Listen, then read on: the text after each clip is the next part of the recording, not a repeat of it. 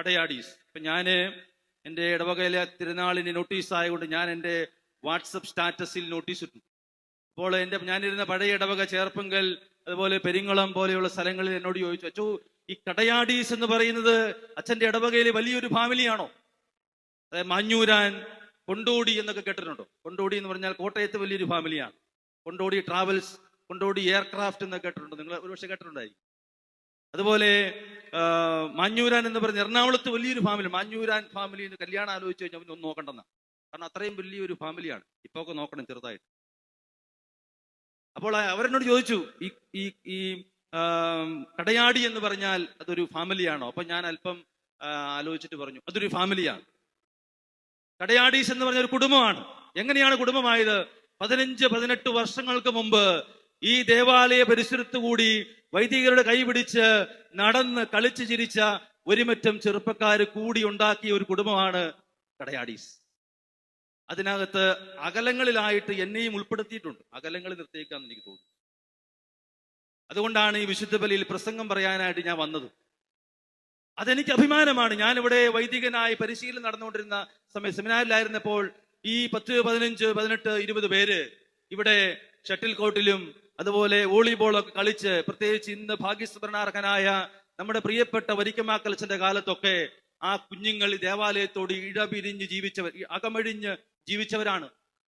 അന്ന് കുറെ സദാചാരക്കാർ അതിനെ എതിർത്തിരുന്നു, അച്ഛനെ ചോദ്യം ചെയ്തിരുന്നു. പക്ഷെ ഇന്ന് ഓർക്കണം, ആ 10-18 പേര് ഒരുമിച്ച്, അത് ഇന്ന് മാത്രമല്ല അവർ ഒരുമിച്ച്, എനിക്ക് കൃത്യമായിട്ടറിയാം. അവരത്യാവശ്യ കാര്യങ്ങളൊക്കെ എന്നെ കുർബാനയ്ക്കും മറ്റു കാര്യങ്ങൾക്കും വിളിക്കാറുണ്ട്.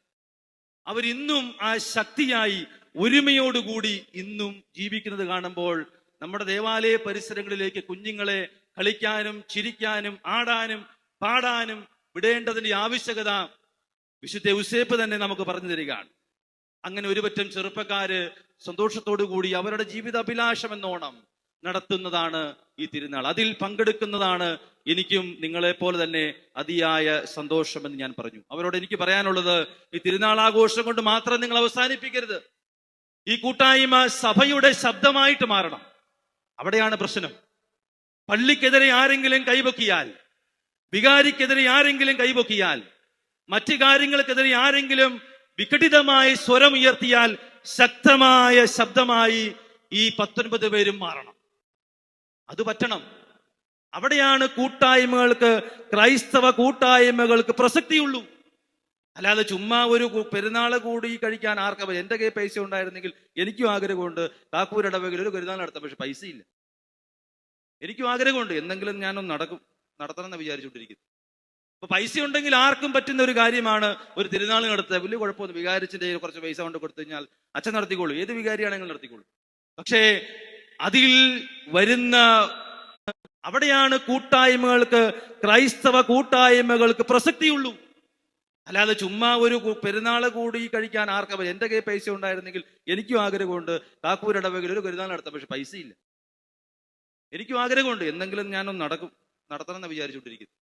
അപ്പൊ പൈസ ഉണ്ടെങ്കിൽ ആർക്കും പറ്റുന്ന ഒരു കാര്യമാണ് ഒരു തിരുനാൾ നടത്തുക. വലിയ കുഴപ്പമൊന്നും, വികാരിച്ചിന്റെ കുറച്ച് പൈസ കൊണ്ട് കൊടുത്തു കഴിഞ്ഞാൽ അച്ഛൻ നടത്തിക്കോളൂ, ഏത് വികാരിയാണെങ്കിലും നടത്തിക്കോളൂ. പക്ഷേ അതിൽ വരുന്ന സന്ദേശം നമ്മൾ ഉൾക്കൊള്ളണം. അതായത് കൂട്ടായ്മയുണ്ടാക്കി തിരുനാൾ നടത്തിയാൽ ആ കൂട്ടായ്മ എന്നും പള്ളിയുടെ ശബ്ദമായിട്ട് മാറണം, സഭയുടെ ശബ്ദമായിട്ട് മാറണം, വൈദികർക്ക് സപ്പോർട്ടായിട്ട് മാറണം, തിരുസഭയുടെ വിളക്കായി ഈ ശബ്ദമായി ഈ കൂട്ടായ്മ മാറണം. അങ്ങനെ ഈ 19 പ്രസിദ്ധന്തിമാർക്കും ഇനിയുള്ള കാലത്തും അവരും അങ്ങനെ തന്നെയാണ്. കാര്യങ്ങളൊക്കെ കണ്ടും കേട്ടും അഭിപ്രായങ്ങൾ പറയുന്നവരാണ് അവരെല്ലാവരും, എനിക്കതറിയാം. അതിനകത്ത് ശ്രദ്ധേയമായ ഒരു കാര്യം, അതിനകത്ത് ആ കൂട്ടായ്മയിൽ ഹൈന്ദവരുമുണ്ട് എന്നുള്ളതാണ്. നമ്മുടെ സഭയുടെ ഒരു തുറവിയാണ് കാണിക്കുന്നത്. 19 പേരിൽ ഒരാള് ഒരു ഹൈന്ദവ സഹോദരനാണ്. ഏറ്റവും നല്ല കാര്യമാണ്. കത്തോലിക്കാ സഭ എല്ലാ മതങ്ങളെയും ഒരുപോലെ സ്നേഹിക്കുന്നു, എല്ലാ മതങ്ങളെയും ഉൾക്കൊള്ളുന്നു എന്ന് പ്രചരിപ്പിക്കാൻ ഇതിൽ പരം ഉദാഹരണം വേറെയില്ല.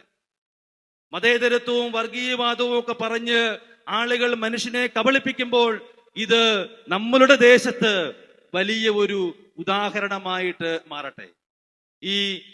ഈ സമുദായ സ്നേഹവും ഈ മതേതരത്വവും വാക്കിൽ മാത്രം ഒതുക്കി നിർത്താതെ പ്രവൃത്തിയിലേക്കും ഈ പ്രസിദ്ധേന്തിമാര് ചെയ്തതുപോലെ പ്രവൃത്തിയിലേക്കും കൂടി ഉൾപ്പെടുത്താൻ ഇത് കാരണമാകട്ടെ എന്ന് ആത്മാർത്ഥമായിട്ട് പ്രാർത്ഥിക്കുന്നു.